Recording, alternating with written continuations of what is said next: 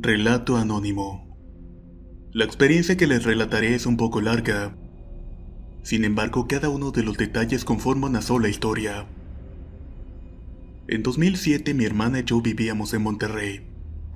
Ambas estudiábamos en dicha ciudad y a las dos nos encantaba la idea de cambiar de residencia. Un poco por diversión y otro poco más por conocer muchos lugares. Así llegamos a residir en Guadalupe, San Nicolás de los Garza, San Pedro, etc. Sin embargo, ya en el 2009 la situación de seguridad en el estado no era la mejor, y decidimos irnos a vivir lo más cerca de nuestra escuela nuevamente. Nosotras estudiábamos en el TEC. En dicha búsqueda, la casita más cercana que encontramos se localizaba en la colonia Maspalomas, exactamente entre Vía Burgos y Vía Santander. La casa tenía un departamento anexo que era el que rentaban para estudiantes.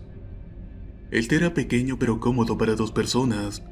Contaba con 3 recámaras, un baño, cocina, sala y patio.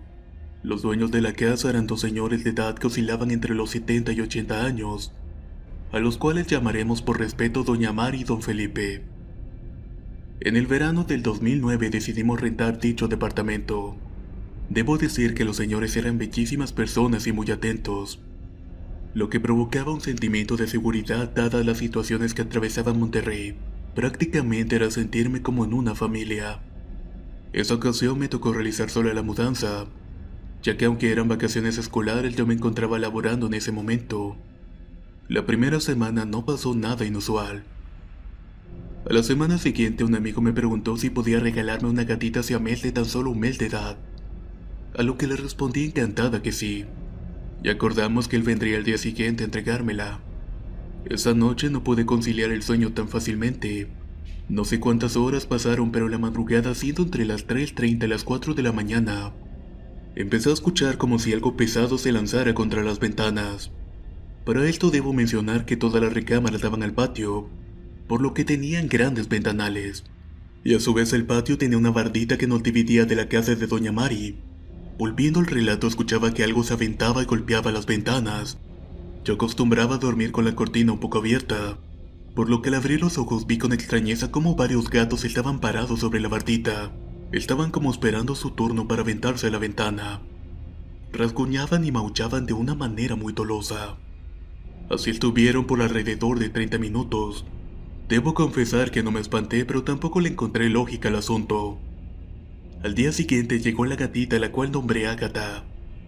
Como mencioné, ella era una pequeña gatita de un mes, por lo que decidí que dormiría conmigo. No pasó nada durante los 3 días siguientes, sino hasta la 4ª noche, cuando a la madrugada volvieron esos gatos. Pero esta vez no solamente se azotaban contra la ventana, sino que rasguñaban la puerta de salida al patio, y se colgaban de las barras de protección como queriendo entrar. Mi impresión fue mayor cuando al asomarme por la ventana noté que no había gatos solamente en la barda, sino que también estaban sobre el techo. Era un paisaje dominado por una docena de gatos rodeándonos. En esa segunda ocasión no se fueron pronto, sino que estuvieron cerca de las 6 de la mañana. Pensé que era por mi gatita, pero ella era muy pequeña para que los gatos vinieran a buscarla por estar en celo. Ya por la mañana, a mediodía, le comenté lo sucedido a Doña Mari, pero ella me dijo de que no escuchó nada, y que jamás escuchó maullar a un gato. Ella, siendo muy religiosa, me ofreció y trajo un poco de agua bendita. La roció por toda la casa y dijo una oración de protección. Pasaron los días y los gatos no se aparecieron, pero apenas era el comienzo de lo que viviríamos en esa casa. Los días siguientes, después de rociar el agua bendita, fueron prácticamente tranquilos. Se terminaban las vacaciones y mi hermana estaba por volver a la casa. Su vuelo aterrizaba por la tarde-noche, así que cuando finalmente llegamos a casa acordamos que dormiríamos juntas. Esto porque aún no habían colocado el clima en su recámara, y los meses de julio y agosto son muy calurosos en Monterrey. Esa noche dormimos mi hermana, la gatita y yo juntas. Debo confesarles que fue una noche muy complicada. Sentía que me jalaban las sábanas, que alguien se sentaba sobre mis pies y que me molestaba queriéndome despertar. Toda la noche pensé que era mi hermana, por lo que me desperté muy temprano y le reclamé que hubiera estado jugando toda la noche. Pero para mi sorpresa ella estaba despierta y le sucedió exactamente lo mismo que a mí. Ninguna de las dos había hecho nada. Y por supuesto, Agatha la gatita era muy pequeña. Era imposible de que hubiéramos sentido sus movimientos. Al pasar los días nos visitó primero un amigo de Toluca para pasar algunos días en Monterrey. Como ya había explicado, mi hermana estudiaba y yo trabajaba, por lo que la mayor parte del día se quedaba solo. Al segundo día de su estancia comimos juntos y nos platicaba entre risas lo siguiente. Hoy por la mañana, sabiendo que estaba solo, andaba en calzones por la casa y con el clima prendido. De rato decidí quitarme los calzoncillos para estar un poco más fresco, así que me fui a tirar a la cama. Pero la señora que le renta se ve que es una loquilla. Vi que me estaba viendo por la ventana fijamente. Lo extraño fue que con este calor anduviera con su vestido negro largo y grueso. Vaya que es bastante pícara esa viejita del chonguito. Nos decía todo esto mientras reía. Nosotras no dijimos nada, pero era imposible de que hubiera una señora dentro de la casa. No había forma de que entrara, al menos de que tuviera una llave del departamento. Y la única entrada era la puerta principal. Además, la descripción no correspondía con la de doña Mari. Ella tenía el cabello corto, era delgada y chaparrita, y jamás vestía de negro. Debo decirles que un segundo amigo que nos visitó también nos preguntó de que quién era la anciana que se asomaba por la ventana. Este incluso nos dijo de que tuviéramos cuidado por la señora que nos rentaba, ya que pensaba que la casa estaba sola y fisgoneaba por la ventana, pero coincidió en decir que le extrañaba y le daba miedo su vestimenta, que la señora parecía revolucionaria, toda vestida de negro y con falda larga. Nunca dijimos nada al respecto. No fue hasta una tarde que fui a entregar un pago de la renta. Serían como esos de las 2 de la tarde. No se encontraba nadie en la casa de doña Mari, así que decidí volver más tarde. La señora se disculpó conmigo y me dijo de que había ido a la misa de la tía de su marido. Por un momento me impresioné. Pensé su tía debía de ser muy longeva, pues como les comenté, los señores que me rentaban eran muy mayores. Ahí interrumpió mi pensamiento diciéndome: bueno, ya tiene tiempo de fallecida, pero la estimamos mucho, a pesar de que era una señora rígida de mucho carácter. Tú sabes, de las señoras de antes. Solo imagínate, se quedó viuda a los 25 años. Desde siempre vistió de negro con su cabello siempre recogido con un chonguito, siempre ataviada con faldas largas y gruesas, tapada hasta el cuello sin importar cuánto calor hiciera. Me estremecí por esa descripción que era la misma que dijeron mis amigos. Volví a la casa, pero no le comenté nada a mi hermana para no asustarla. En los días que siguieron, un amigo quedó enamorado de nuestra gatita y nos pidió adoptarla. Nosotras no podíamos cuidarla como merecía y aceptamos. Esto lo comento porque estando Agatha con nosotras pasaban cosas raras, pero cuando ella se fue comenzaron otras actividades. Un día sábado, siendo casi las 6 de la mañana, tocaron nuestra puerta. Me extrañó porque nadie de nuestros conocidos vendría sin avisar. Me levanté y abrí la puerta dejando la reja de protección cerrada. Todavía con la vista encandilada veo que se asoma una viejecita. Iba vestida de negro con sus cabellos blancos y largos, pero era tan anciana que estaba encorvada y no tenía dientes. Ahí me preguntó: ¿de casualidad tienes sal y agua que me regales? Aún no sé ni por qué le contesté, pero dije: solo tengo agua bendita. Pero antes de terminar mis palabras, ella levantó su cara y me gritó: mira, pendeja, solo te pedí agua y sal. Y empezó a soltar maldiciones. Cerré la puerta y no pasaría más de unos segundos cuando decidí volver a abrirla. Quería reclamarle, pero ya no había nadie. Abrí la rejita, me asomé y nada. No había nadie alrededor. Y era imposible de que por su edad y condición pudiera correr. Desde siempre me ha gustado rezar el rosario, ya sea para agradecer o pedir protección a Dios. Y recuerdo que una tarde, estando sola en el departamento, comencé a orar. Serían, si no mal recuerdo, las 4 o las 5 de la tarde. Al terminar el primer misterio y comenzar el Padre Nuestro, no podía recordar la oración. Decía: Padre, Padre, qué cielo. No podía entender lo que pasaba. Comencé a llorar porque no recordaba nada, pero absolutamente nada. Me preguntaba a mí misma qué era lo que estaba pasando. Fui por mi celular para abrir una página en internet con las oraciones. Al principio no cargaba nada y pensaba que estaba fallando el internet, pero cuando se descargó la información me salían otros datos. Volví a intentar recordar las oraciones, pero no podía. Siendo sincera, fue en ese momento que por primera vez sentí mucho miedo. Salí del departamento y me fui al parque que estaba a unos pasos para relajarme. Estando ahí intenté orar nuevamente y sin problema recordé cada una de las oraciones. A la noche decidí contarle a mi hermana lo ocurrido. Ella recordó que una de sus amigas le había insistido en visitarnos, o más que la amiga era la mamá de esta. Pero lo extraño por lo que se acordó es que la señora era santera. Yo le comenté a mi hermana si le había comentado algo de lo que estaba pasando en la casa, pero ella me respondió que no. Me dijo de que si no quería les diría de que no vinieran, pero yo ingenuamente pensé qué puede pasar.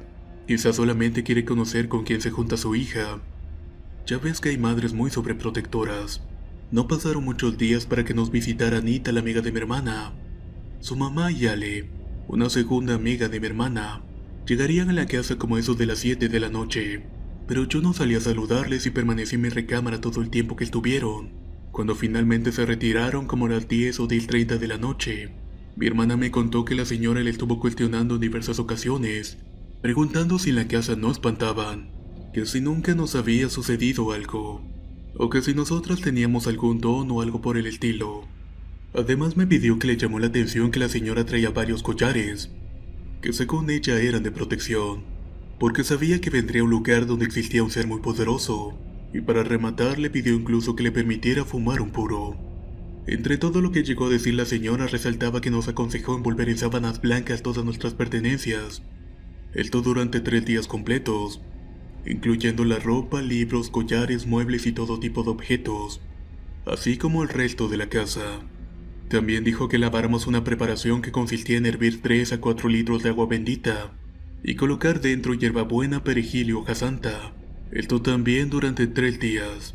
Esa noche estuvimos algo incómodas pero nos fuimos a dormir. Al otro día me levanté temprano. Al abrir la puerta que daba a la calle me encontré con un pedazo de puro, un vaso con agua y una flor blanca. Le grité a mi hermana y le pedí una explicación. Fue la mamá de Anita, me dijo. Me pidió permiso para colocarlo, según ellas para limpiar el ambiente y permitir que un ángel de la guarda nos proteja. No sé cómo, por qué. Tal vez solamente fue en impulso, pero estúpidamente hicimos lo que nos recomendó. Ese sábado envolvimos entre sábanas blancas nuestras cosas e hicimos la preparación para limpiar la casa. Cuando casi al terminar una epifanía, un instinto o algo me dijo: pero si tú crees en Dios y Él es todopoderoso, ¿qué demonios estás haciendo? Sacudí mi cabeza y me detuve un momento, pero seguimos saqueando las cosas. Hicimos una oración y nos encomendamos al Todopoderoso. Así transcurrieron varias semanas en paz hasta que llegó un día viernes. Mi hermana me pidió permiso para realizar una pijamada en casa. Quería invitar a 2 de sus amigas. Una de ellas era Ale, quien había acompañado a Anita y a su madre. La otra chica era Aranza. Ambas eran chicas norteñas y las describiré un poco, porque es importante para lo que esa noche se desarrolló. Ambas eran altas y medían entre unos 70 a unos 75, de complexión media gruesa. Eran fuertes y bastante alegres. La pijamada se organizó un día viernes en una noche de verano. Debo mencionar que en aquel tiempo los malitos andaban más que en su apogeo. Las balaceras y los colgados eran el pan de cada día. Prácticamente nadie quería salir de sus casas, aunque también se sentía en Nuevo León una especie de compañerismo. El ayudarnos unos a los otros y la atención a emergencias era una realidad, en fin. Las chicas llegaron como a las 7 de la noche. Cenaron, platicaron y reían bastante mientras tomaban una botella de tequila, que por cierto no era muy grande, si acaso era poco más de 1 litro, y no había más bebidas alcohólicas, y era la única bebida que había. Cerca de las 9 empecé a escuchar unos gritos que provenían del baño. Salí de la recámara y lo primero que veo por el pasillo es venir a mi hermana, quien por cierto es una chica bajita de unos 60 y que en aquel entonces pesaba unos 55 kilos. Llevaban cargando a Ale junto con Aranza. Muy enojada les pregunté qué demonios ha pasado, a lo que ellas me contestaron: es que Ale se tomó lo que quedaba de la botella de tequila y de pronto empezó a sentirse mal. Pero ya volvió al estómago y ahora está cansada. Seguro dormirá toda la noche. Pero no te preocupes, tampoco bebió mucho. Solo quedaba un poco, mucho menos de la mitad de la botella. No me quedé muy contenta, pero decidí volver a terminar un pendiente que tenía y estar al tanto de lo que pudiera suceder. Eran ya casi 9:15 y estaba terminando de enviar un trabajo. Solo esperaba la confirmación de enviado cuando escuché de nuevo: Ale, Ale, por favor, Ale. Salgo corriendo al baño y me encuentro sentada en la taza del baño Ale. Frente a ella estaba mi hermana y Aranza y les preguntó qué era lo que estaba pasando. Ale estaba dormida y de pronto se despertó y salió corriendo al baño. La alcanzamos y la duchamos, pero vomitó nuevamente y se sentó en la taza. Y luego comenzó a hablar en un idioma raro. En ese momento Alejandra, que tenía la cabeza suelta y mirándose al suelo, se enderezó y me miró con una sonrisa burlona. Puso los ojos en blanco y me dijo: Hola Maki, ¿vas a jugar con nosotros? En ese momento pensé: esta escuincla idiota debe de estar drogada. Y luego con todo lo que se tomó, yo le dije a Alejandra: ¿qué fue lo que tomaste? Pero comenzó a reírse y así sin más, sin hacer un gran movimiento ni fuerza, sujetó con la mano derecha los cabellos de mi hermana y con la otra los de Aranza, y las empezó a sacudir como si fueran hilachos mientras que ellas gritaban: Ale, déjame, déjame. Trataban de quitarse las manos de encima pero no podían. Parecía que ella tuviera más fuerza que nadie. En ese momento yo reaccioné y le dije que la soltara. Con mucho esfuerzo pude apenas ayudarle a soltarle la mano que tenía sujeta a mi hermana, para después ayudar a Aranza entre las dos.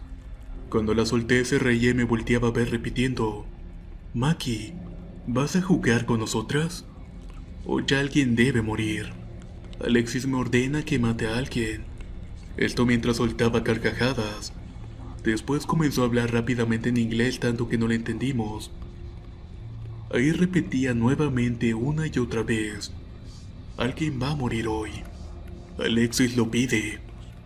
Pero yo le decía que aquí nadie va a morir y que Dios estaba con nosotros. Cuando le dije eso, enardeció. Se retorció un poco y tomó de nuevo los cuellos de mi hermana y Aranza. Nosotras como pudimos la golpeamos y recuerdo haberle pegado puñetazos con palos o tubos. Pero nada, ella estaba como si nada.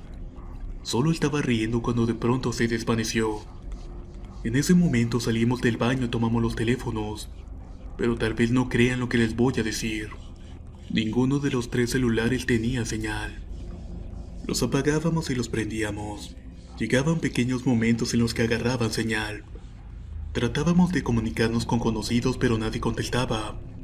O más bien parecían no reconocernos. Nos decían que estábamos equivocadas y nos colgaban. De pronto a Aranza se le ocurrió llamar a la madre de Anita. Extrañamente y muy extrañamente, con esa llamada no hubo problema alguno y la señora contestó.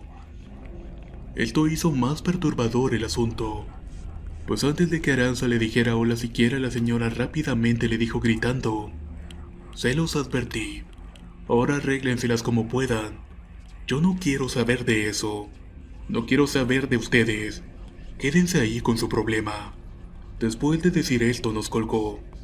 Regresamos al baño y Ale nos miró riéndose y mirando las 3 nos dijo: Alexis quiere a una.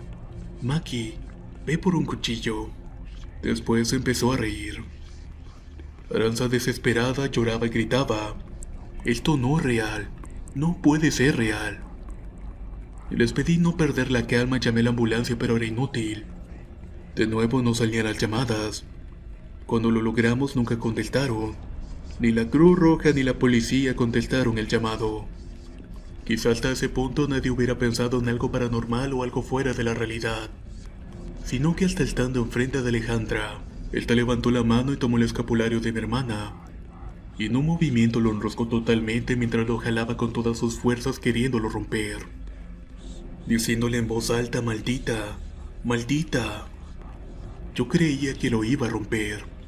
Era más que obvio porque ya les había dicho. Tenía una gran fuerza que difícilmente podíamos las 3 contra ella.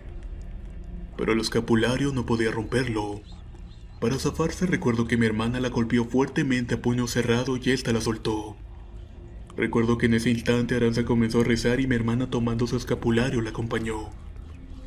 Ale enloqueció y decía más cosas que no entendíamos.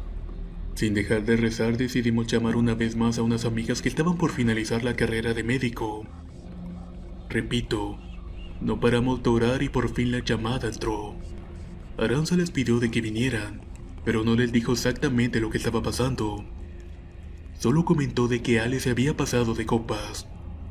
Ellas dijeron de que irían inmediatamente y que llevaría medicamento. Cuando colgamos, ¿cuál fue nuestra sorpresa? Les había comentado de que esto había comenzado cerca de las 10 de la noche, pero eran casi ya las 5:30 de la mañana. Los médicos no tardaron en llegar. Aranza fue quien les abrió la puerta, y sin explicarle nada les pidió de que pasaran al baño. Antes de continuar, debo decir que en todo este tiempo de espera, no dejamos de orar y sujetar a Ale, porque ella nunca perdió la fuerza ni dejó de hacer cosas extrañas. Yo seguía dentro del baño cuando hablé con las doctoras. Lo primero que les dije fue que por favor, antes de entrar lo hicieran con precaución porque Ale estaba muy mal. Justo antes de terminar de pronunciar la última palabra, Ale asentó la cabeza. Era como si de pronto se desvaneciera. Y cuando las doctoras pusieron un pie en el baño, Alejandra se irguió. Sus ojos ya mostraban las pupilas y no tenía una sonrisa malvada. Ya no tenía ese odio en el rostro, y tampoco tenía la fuerza extraordinaria. Volteó a mirar a las chicas diciéndoles: «Hola nenas, ¿qué hacen aquí y qué hago yo aquí? Qué loco está todo esto». Debo confesarles que sentí un frío estremecedor y luego me recorrió miedo. ¿Qué había sucedido? Le inyectaron un medicamento que le hizo dormir hasta mediodía. Cuando despertó le pedí una explicación. Ahí le mostré cómo había quedado el baño. Había roto el cancel y despegó y cuarteó la taza. Ella me dijo entonces: «Maki, no me drogo. No recuerdo nada de lo que pasó. Solo recuerdo que me quedé dormida». En eso recordé que la noche anterior, en el intento de quitárnosla de encima, la habíamos golpeado fuertemente, pero no tenía ningún rasguño, ni un moretón, ni siquiera uno pequeño. En la escuela en la que estudiábamos, a todas nosotras nos hacían antidoping de manera aleatoria. Extrañamente a ella se la habían realizado el día viernes, antes de salir rumbo a la casa. Las pruebas dieron negativas. Nunca más quisimos siquiera saludarla. Tiempo después supimos que así como en otras escuelas, en la nuestra también había grupos secretos. Ya saben, masones y cosas por el estilo. Pues bien, al parecer Ale intentaba entrar a un grupo de estos, específicamente a las Wiccas. Ya había comenzado a prepararse en la lectura del tarot e interpretación de la naturaleza, y no sé qué tantas cosas más. Pensaríamos que esa fue la razón de lo ocurrido aquella noche, pero quizás solamente fue una parte. Quizá la otra era la casa misma. Aún debo detallarles otros eventos que sucedieron antes de irnos de la casa. Después de este suceso, y porque días después hubo varias balaceras que se involucraban explosiones de granadas en plena luz del día, decidimos comenzar a buscar una nueva casa igual de cerca de nuestra escuela. Y la hallamos, solo que la desocupaban en septiembre, por lo que aún debíamos de esperar un poquito más de un mes para el cambio. Durante ese tiempo experimenté 3 eventos más antes de poder decirle adiós definitivamente a esa casa. Era un día miércoles, el último día de clases de mi hermana. Yo ya me encontraba de vacaciones. Precisamente en esos días nos habían regalado una pequeña perrita labrador de nombre Emilia. Su presencia en la casa había disminuido las actividades paranormales, y como todo labrador era muy inquieta y juguetona. Le encantaba salir al pequeño patio a corretear mosquitos, jugar con sus juguetes o en su tina de agua para refrescarse. Tenía tan solo 4 meses en aquel entonces. Pues bien, esa mañana de aquel miércoles ella estaba jugando tipo a las 10 o 11 de la mañana, cuando de pronto entró corriendo llorando. Era como si alguien la hubiera golpeado y se escondió debajo de la cama sin querer salir. Trataba de jalarla de su escondite para revisarla, pero no podía, y ella no dejaba de llorar. Decidí salir a ver qué había afuera o qué le había asustado, cuando para mi horror las bardas de la pared estaban llenas de urracas negras. Todas comenzaron a mirarme fijamente, y comenzaron a graznar de una manera muy perturbadora. No sabía de dónde habían salido tanto pajarraco. Los traté de ahuyentar, pero se me quisieron lanzar sobre mí. Yo corrí hacia adentro y cerré la puerta, y desde la ventana de mi cuarto las miraba. En eso Emilia, mi perrita, salió de la cama y se colocó a mi lado. La abracé y nos quedamos ahí solo viendo un rato. Pensaba que tal vez ya se habían ido, así que nuevamente me asomé por la ventana, pero siguieron ahí por un largo rato observando y esperando. Recordé que a las 3 de la tarde se puede rezar la oración del Señor de la Misericordia, así que comencé a orar y mientras lo hacía las urracas vociferaban fuertemente. Era como si se estuvieran espantando y revoloteando, hasta que de pronto se echaron a volar todas. Después de esto rocié agua bendita una vez más. Cerca de las 5 me dirigí al TEC. Había quedado de pasar por mi hermana para ir después a hacer algunas compras. Decidí que Emilia me acompañaría pues no quería dejarla sola en la casa. Como les había dicho muy al principio del relato, la casa quedaba un poco retirada a unas 5 cuadras del TEC, por lo cual nos serviría la caminata para relajarnos. Hubo varias coincidencias muy extrañas en esa caminata, pues justo a la mitad del camino nos encontramos flores tiradas envueltas en ropa interior. Más adelante estaba un gatito muerto degollado, y casi para llegar al TEC se encuentra una iglesia. Allí estaba un féretro a la entrada de la iglesia, y alrededor coronas y flores, pero no había nadie, absolutamente nadie. Todo estaba solo. Lo sé porque quise entrar rápidamente para llenar un bote con agua bendita. Quería entrar rápido para que no me regañaran por meter a Emilia, pero no había nadie en la iglesia. Obviamente no quise saber si en el féretro estaba realmente alguien adentro o no. Y lo más raro es que en toda la calle tampoco pasaba nadie, ni siquiera los que cuidan coches. No había nadie en el parque que está frente a la iglesia, ni siquiera estaba abierta la lavandería, siendo que esa zona está llena de chicos del TEC ya que en esa zona hay estudiantes. Un escalofrío me recorría y corrimos rápidamente para llegar a una de las entradas de la escuela. Le pedí permiso al poli para que me permitiera esperar a mi hermana adentro. Esto porque no se podía pasar con las mascotas. Para cuando salió mi hermana todo estaba tan normal y concurrido como siempre. Eso sí, la iglesia estaba cerrada. Por cierto, para quien vive o ha vivido por allá, sabe que me refiero a la iglesia de San Juan Bosco. Ya pasada una semana despedí a mi hermana en el aeropuerto, y una vez más me tocaba hacer la mudanza sola. Aunque faltaba poco más de 2 semanas para el cambio, recibí una llamada del señor que nos rentaría la nueva casa. Me comentaba que los inquilinos se irían mucho antes, así que antes de terminar el mes podíamos hacer el cambio. Esa noticia me puso muy feliz. Ya estaba preparando las maletas y empaqueando el penúltimo día cuando escuché los gritos de un niño. «Abuelito, abuelito, por favor, ábreme». Para esto aún no les he contado que los señores tenían 3 hijos, ya mayores obviamente, los cuales eran 2 hijos y una hija, todos excelentes personas. Su hija tenía en aquel entonces 2 niños pequeños, una bebita y un niño de no más de 5 años. Y recordarán que les comenté que los dueños de la casa ya eran de edad muy avanzada, sobre todo el señor. Pues bien, salí al patio para ver si podía escuchar nuevamente y en eso: «Abuelo, ya por favor, perdóname y déjame entrar». En ese momento me estremecí. Don Felipe era un señor de casi 80 años, y estaba muy delicado de salud. Había sufrido varios infartos y hablaba con mucho trabajo. Nunca le habían dejado al niño solo, y además era un abuelo muy amoroso. Lo primero que se me vino a la mente es que fueron los malitos. Seguro entraron a la casa y les hicieron algo. Salí de la casa para ver desde afuera si se podía ver algo, pero la casa se veía tranquila y no se miraba nada extraño. Volví a mi casa y salí al patio y traté de hacer ruido. Ahí la voz del niño me preguntó: «¿Hay alguien ahí?